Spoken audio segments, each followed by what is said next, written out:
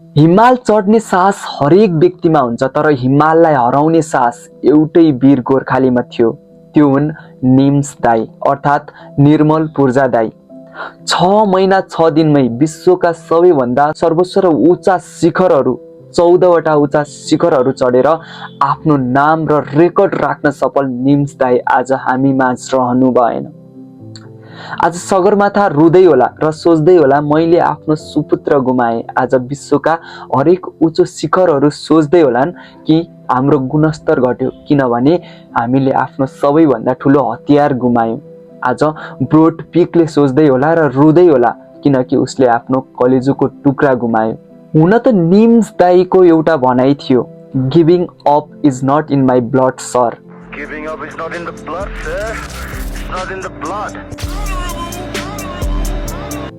साँच्चै आज वीर गोर्खालीलाई कसैले भुलेको थियो भने नि सायद वीर गोर्खाली यस्तै थियो होला, निडर, साहसी र लगनशीलता भएको र कहिल्यै पनि हार नमान्ने।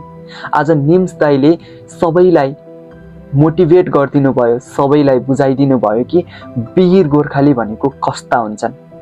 निम्स दाईको एउटा डकुमेन्ट्री पनि आएको थियो, 14 पिक्स नथिङ इज इम्पोसिबल। त्योबाट पनि बुझिन्छ कि निम्स दाईको लगनशीलता र मेहनत कति थियो। उहाँ कति लगनशील हुनुहुन्थ्यो आफ्नो जर्नीको लागि।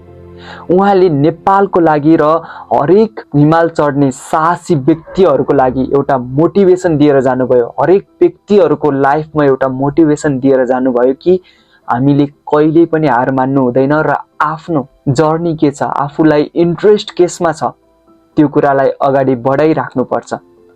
निम्स दाई अझ हामी माझ रहनु भएन, तर निम्स दाई हरेक नेपालीहरूको धड्कनमा हुनुहुन्छ र हरेक नेपालीहरूको मनमा हुनुहुन्छ।